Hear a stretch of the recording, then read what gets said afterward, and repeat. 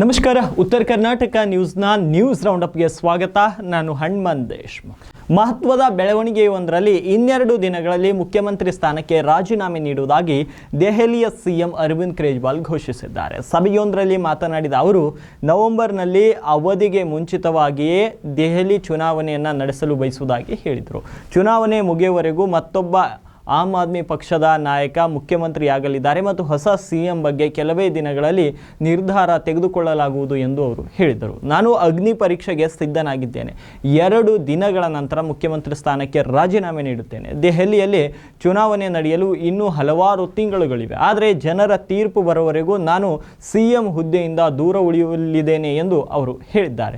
2 ರಿಂದ 3 ದಿನಗಳ ನಂತರ ಸಭೆ ನಡೆಯಲಿದ್ದು, ಸಭೆಯಲ್ಲಿ ಹೊಸ ಸಿಎಂ ಹೆಸರನ್ನು ನಿರ್ಧರಿಸಲಾಗುವುದು. ನಾನು ಮತ್ತು ಮನೀಶ್ ಸಿಸೋಡಿಯಾ ಜನತಾ ನ್ಯಾಯಾಲಯದ ಮೊರೆ ಹೋಗಲಿದ್ದೇವೆ. ನಮ್ಮ ಭವಿಷ್ಯ ಮತದಾರರಾದ ನಿಮ್ಮ ಕೈಯಲ್ಲಿದೆ. ನಾನು ಪ್ರಾಮಾಣಿಕನಾಗಿದ್ದರೆ ನನಗೆ ಮತ ಚಲಾಯಿಸಿ, ಇಲ್ಲವಾದರೆ ಬೇಡ ಎಂದು ನಾನು ನಿಮ್ಮೆಲ್ಲರಲ್ಲಿ ಮನವಿ ಮಾಡುತ್ತಿದ್ದೇನೆ. ಸರ್ಕಾರವು ಜೈಲಿನಿಂದ ಕಾರ್ಯನಿರ್ವಹಿಸಲು ಸಾಧ್ಯವಿಲ್ಲ ಎಂದು ಕೇಂದ್ರ ಸರ್ಕಾರ ಪ್ರತಿಪಾದಿಸಿದರೂ ಅದು ಸಾಧ್ಯ ಎಂಬುದನ್ನು ನಾನು ಸಾಬೀತುಪಡಿಸಿದ್ದೇನೆ. ಪ್ರಧಾನಿಯವರು ಸುಳ್ಳು ಕೇಸಿನಲ್ಲಿ ನಿಮ್ಮನ್ನು ಜೈಲಿಗೆ ಹಾಕಿದರೆ ರಾಜೀನಾಮೆ ನೀಡಬೇಡಿ ಎಂದು ನಾನು ಈ ಸಂದರ್ಭದಲ್ಲಿ ಎಲ್ಲ ಬಿಜೆಪಿಯೇತರ ಪಕ್ಷಗಳ ಮುಖ್ಯಮಂತ್ರಿಗಳಿಗೆ ಮನವಿ ಮಾಡುತ್ತಿದ್ದೇನೆ. ನಾವು ಯಾವುದೇ ಸಂದರ್ಭದಲ್ಲಿಯೂ ರಾಜೀನಾಮೆ ನೀಡಬಾರ್ದು. ನಾವೆಲ್ಲರೂ ಒಟ್ಟಾಗಿ ಕೆಲಸ ಮಾಡಿದರೆ ಜೈಲಿನಿಂದ ಸರ್ಕಾರ ನಡೆಸಲು ಸಾಧ್ಯ. ಇದು ನಮ್ಮ ಅಧಿಕಾರದ ದುರಾಸೆ ಅಥವಾ ನಮಗೆ ಸಿಎಂ ಸ್ಥಾನದ ಪ್ರಾಮುಖ್ಯತೆಯ ವಿಚಾರ ಅಲ್ಲ. ನಮ್ಮ ಸಂವಿಧಾನ, ನಮ್ಮ ದೇಶ ಮತ್ತು ಪ್ರಜಾಪ್ರಭುತ್ವದ ಸಂರಕ್ಷಣೆಯ ವಿಚಾರ ಇಲ್ಲಿ ಮುಖ್ಯವಾಗಿದೆ ಎಂದು ಕೇಜ್ರಿವಾಲ್ ತಿಳಿಸಿದರು. ನಿಮ್ಮ ಸಮುದಾಯದ ಹಾಗೂ ಸಮುದಾಯದ ಹೆಣ್ಣು ಮಕ್ಕಳ ಬಗ್ಗೆ ಕೆಟ್ಟದಾಗಿ ಮಾತನಾಡುವ ವ್ಯಕ್ತಿಯನ್ನು ನೀವು ಹೇಗೆ ಸಮರ್ಥನೆ ಮಾಡಿಕೊಳ್ಳುತ್ತೀರಿ ಎಂದು ಮಾಜಿ ಸಂಸದ ಡಿ.ಕೆ. ಸುರೇಶ್ ಅವರು ಪರೋಕ್ಷವಾಗಿ ಕುಮಾರಸ್ವಾಮಿ ಮತ್ತು ಆರ್. ಅಶೋಕ್ ಅವರಿಗೆ ತಿರುಗೇಟನ್ನು ನೀಡಿದರು. ಸದಾಶಿವನಗರದ ತಮ್ಮ ನಿವಾಸದಲ್ಲಿ ಮಾಧ್ಯಮಗಳನ್ನು ಉದ್ದೇಶಿಸಿ ಭಾನುವಾರ ಮಾತನಾಡಿದ ಅವರು, ಮುನಿರತ್ನ ಮಾಡಿರುವ ಕೃತ್ಯವನ್ನು ಕಾಂಗ್ರೆಸ್ ಪಕ್ಷದ ನಾಯಕರನ್ನಾದರೂ ಮಾಡಿದರೆ ನಿಮ್ಮ ಮಾತುಗಳು ಯಾವ ರೀತಿ ಇರುತ್ತಿದ್ವು? ಇದಕ್ಕೆ ರಾಜಕೀಯವನ್ನು ಬೆರೆಸಬೇಡಿ, ಸರಿಯಾಗಿ ಮಾತನಾಡಿ. ನಿಮ್ಮ ಪಕ್ಷ ಇದಕ್ಕೆ ಬೆಂಬಲಕ್ಕೆ ನಿಂತಿದೆಯೋ ಇಲ್ಲವೋ ಎಂಬುದನ್ನು ಸ್ಪಷ್ಟಪಡಿಸಬೇಕು ಎಂದು ಆಗ್ರಹಿಸಿದರು.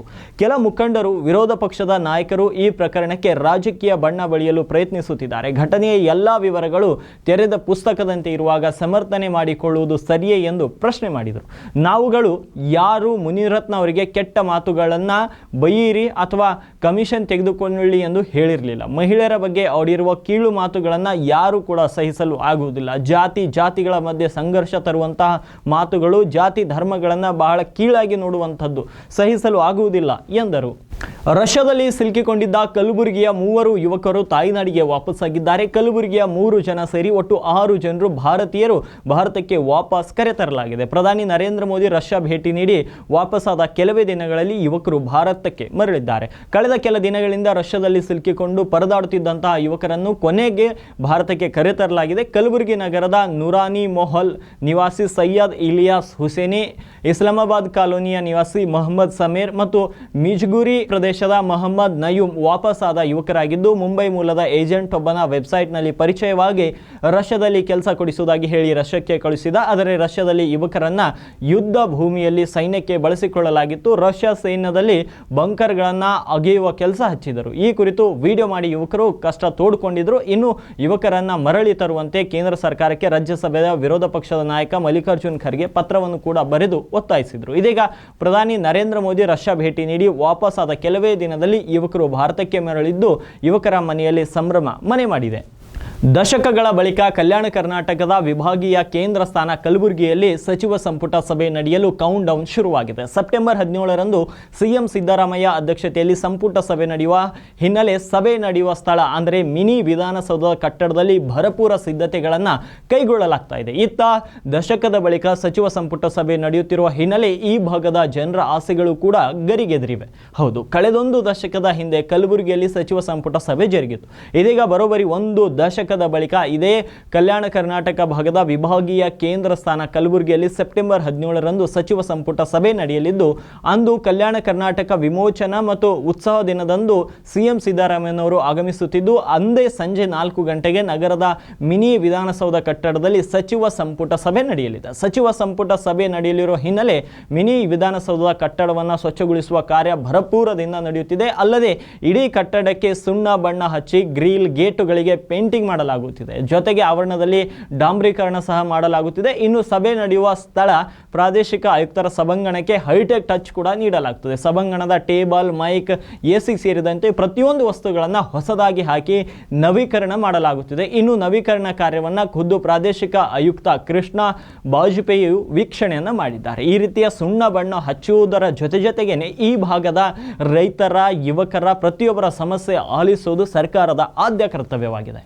ಶಾಸಕ ಮುನಿರತ್ನ ಬಂಧನ ವಿಷಯ ಕುರಿತಂತೆ ಕಾನೂನು, ನ್ಯಾಯ, ಸಂಸದೀಯ ವ್ಯವಹಾರಗಳ ಸಚಿವ ಎಚ್.ಕೆ. ಪಾಟೀಲ್ ಆಕ್ರೋಶದ ಮಾತುಗಳನ್ನು ಆಡಿದ್ದಾರೆ. ಗದಗ ನಗರದ ಹೊರವಲಯದ ಜಿಮ್ಸ್ ಆಸ್ಪತ್ರೆಯ ಕಾರ್ಯಕ್ರಮದ ನಂತರ ಮಾಧ್ಯಮದವರೊಂದಿಗೆ ಮಾತನಾಡಿದಂಥ ಅವರು, ನಾವು ಕೇಳಿಸಿಕೊಳ್ಳುವ ಮೊದಲು ನಾವು ಅವರನ್ನು ದಲಿತ ವಿರೋಧಿಗಳು ಅಂತ ಹೇಳಲಿಲ್ಲ. ಮಾಧ್ಯಮದವರು ಇದು ಸತ್ಯ ಅಂತ ತಿಳಿದು ಬಿತ್ತರಿಸಿದ್ದೀರಿ. ಮಾಧ್ಯಮಗಳು ಬಿತ್ತರಿಸಿದ ವಿಷಯದ ಮೇಲೆ ನಾವು ನಂಬಿಕೆಯನ್ನು ಇಟ್ಟು ಕೆಲಸ ಮಾಡಿದ್ದೇವೆ ಎಂದರು. ಮುನಿರತ್ನ ಅವರ ಕ್ರಮ ಸರಿಯಾದದ್ದಲ್ಲ.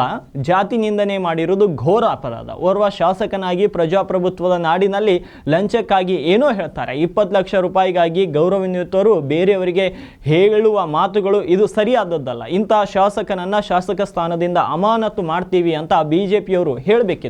ಆದರೆ ನೋಟಿಸ್ ಕೊಡ್ತಾರಂತೆ. ನೋಟಿಸ್ ಕೊಡಲು ನಿಮ್ಮ ಅಧ್ಯಕ್ಷರ ವಿರುದ್ಧ ಏನಾದರೂ ಹೇಳಿಕೆ ಕೊಟ್ಟಿದ್ದಾರಾ? ಅವರು ಹೇಳಿದ ಶಬ್ದಗಳನ್ನು ಕೇಳಿಸಿಕೊಳ್ಳಲು ನಿಮಗೆ ಬರಲ್ವಾ ಅಂತ ಇವತ್ತು ಬಿಜೆಪಿಯ ವಿರುದ್ಧ ಕೂಡ ಸಾಕಷ್ಟು ವಾಗ್ದಾಳಿಯನ್ನು ಎಚ್.ಕೆ. ಪಾಟೀಲ್ರು ಮಾಡಿದ್ದಾರೆ.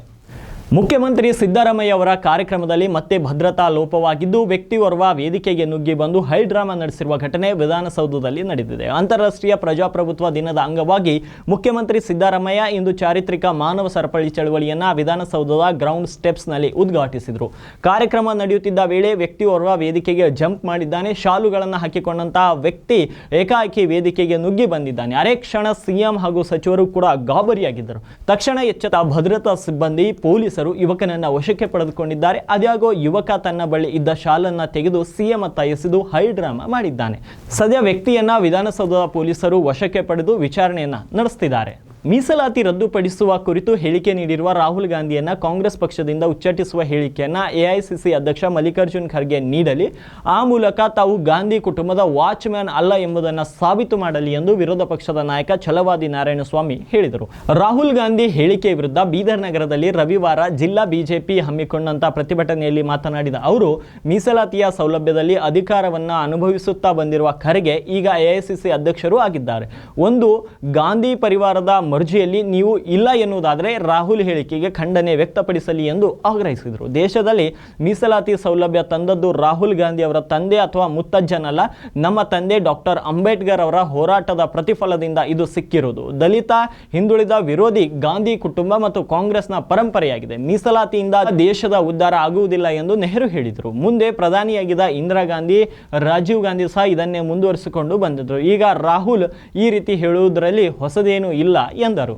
ಕೇರಳದ ಮಲ್ಪುರಂ ಜಿಲ್ಲೆಯ 23 ವರ್ಷದ ಮೃತ ಯುವಕನಿಗೆ ನಿಫಾಹ ವೈರಸ್ ಸೋಂಕು ತಗುಲಿದೆ ಎಂದು ಪುಣೆ ವೈರಾಲಜಿ ಇನ್ಸ್ಟಿಟ್ಯೂಟ್ ದೃಢಪಡಿಸಿದೆ. ಶಂಕಿತ ನಿಫಾನ್ ಸೋಂಕಿನಿಂದ ಸಾವನ್ನಪ್ಪಿದ ಯುವಕನ ಸ್ಯಾಂಪಲ್ ಪರೀಕ್ಷೆಗಳು ಪಾಸಿಟಿವ್ ಬಂದಿದೆ ಎಂದು ರಾಜ್ಯ ಆರೋಗ್ಯ ಸಚಿವ ವೀಣಾ ಜಾರ್ಜ್ ಕೂಡ ತಿಳಿಸಿದ್ದಾರೆ. ಮೃತ ಯುವಕನೊಂದಿಗೆ ನೇರ ಸಂಪರ್ಕಕ್ಕೆ ಬಂದ 151 ಜನರ ಪಟ್ಟಿಯನ್ನು ಆರೋಗ್ಯ ಇಲಾಖೆ ಭಾನುವಾರ ಬಿಡುಗಡೆ ಮಾಡಿದೆ. ಈ ಸಂಪರ್ಕ ಪಟ್ಟಿಯಲ್ಲಿನ 3ರಲ್ಲಿ ವೈರಸ್ ಲಕ್ಷಣಗಳು ಕಂಡು ಬಂದಿವೆ ಎಂದು ಇಲಾಖೆ ಸ್ಪಷ್ಟಪಡಿಸಿದೆ. ಗುತ್ತಿಗೆದಾರನಿಗೆ ಜೀವ ಬೆದರಿಕೆ, ಜಾತಿ ನಿಂದನೆ ಕೇಸ್ನಲ್ಲಿ ಅರೆಸ್ಟ್ ಆಗಿರುವ ಶಾಸಕ ಮುನಿರತ್ನಗೆ ಬಿಜೆಪಿ ಶಾಕ್ ಕೊಟ್ಟಿದೆ. ಮುನಿರತ್ನ ಪ್ರಕರಣವನ್ನು ಗಂಭೀರವಾಗಿ ಪರಿಗಣಿಸಿದಂಥ ಬಿಜೆಪಿ ಜಾತಿ ನಿಂದನೆ ಕುರಿತು ನೋಟಿಸ್ ಜಾರಿ ಮಾಡಿದೆ. ರಾಜ್ಯ ಬಿಜೆಪಿ ಶಿಸ್ತು ಸಮಿತಿಯಿಂದ ಮುನಿರತ್ನಗೆ ನೋಟಿಸ್ ನೀಡಲಾಗಿದ್ದು, ತಾವು ಆಡಿದ ಮಾತುಗಳ ಸಂಬಂಧ 5 ದಿನಗಳ ಒಳಗೆ ಸ್ಪಷ್ಟೀಕರಣ ಕೊಡುವಂತೆ ಸೂಚನೆಯನ್ನು ನೀಡಲಾಗಿದೆ. ಬಿಜೆಪಿ ರಾಜ್ಯ ಉಸ್ತುವಾರಿ ರಾಧಾ ಮೋಹನ್ ದಾಸ್ ಅವರ ಜೊತೆ ಚರ್ಚಿಸಿದ್ದೇನೆ. ಬಿಜೆಪಿ ಹಿರಿಯ ನಾಯಕನ ಜೊತೆಗೂ ಚರ್ಚೆ ಮಾಡಿದ್ದೇನೆ. ಈ ನಿಟ್ಟಿನಲ್ಲಿ ಒಂದು ನೋಟಿಸ್ ಕೊಟ್ಟಿದ್ದೇನೆ ಅಂತ ಬಿಜೆಪಿ ಶಿಸ್ತು ಸಮಿತಿ ಅಧ್ಯಕ್ಷ ಲಿಂಗರಾಜ್ ಪಾಟೀಲ್ ಹೇಳಿದ್ದಾರೆ.